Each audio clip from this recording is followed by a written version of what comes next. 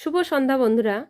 একটা স্ন্যাক্স বানাবো, তার জন্য এখানে বেশ কিছুটা জলের মধ্যে লবণ আর লঙ্কার গুঁড়ো দিয়ে চিকেনটাকে দিয়ে দিলাম। তারপরে তান্দুরি মশলা আর আদা রসুন পেস্ট দিয়ে ভালো করে চিকেনটার সঙ্গে নেড়ে মিশিয়ে নিলাম।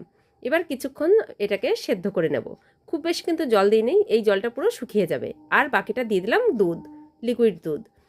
সমস্ত কিছু দিয়ে ভালো করে চিকেনটাকে সেদ্ধ করে নেব, একটু ঢাকনা দিয়ে ঢেকে। চিকেনটাকে সেদ্ধ করে ঠান্ডা করে নিয়েছি, জলটা একদম শুকিয়ে গেছিলো।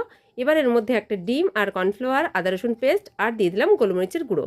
সমস্ত কিছু দিয়ে ভালো করে হাত দিয়ে মেখে নিলাম। এবার ব্রেড ক্যামের মধ্যে চিকেনটাকে ভালোভাবে কোট করে নিচ্ছি। আর ওদিকে একটা কড়াইয়ের মধ্যে তেল গরম হতে বসিয়ে দিয়েছিলাম। তেলটা গরম হয়ে গেছে। এবার গরম তেলের মধ্যে এক একটা করে দিয়ে ভালো করে উল্টে পাল্টে একটু ব্রাউন করে ভেজে নামিয়ে নেব। তারপর সস আর মেয়োনিজের সঙ্গে এটাকে সার্ভ করব। আপনারা চাইলে শুধু সস বা মেয়োনিজের সঙ্গে সার্ভ করতে পারেন। ধন্যবাদ।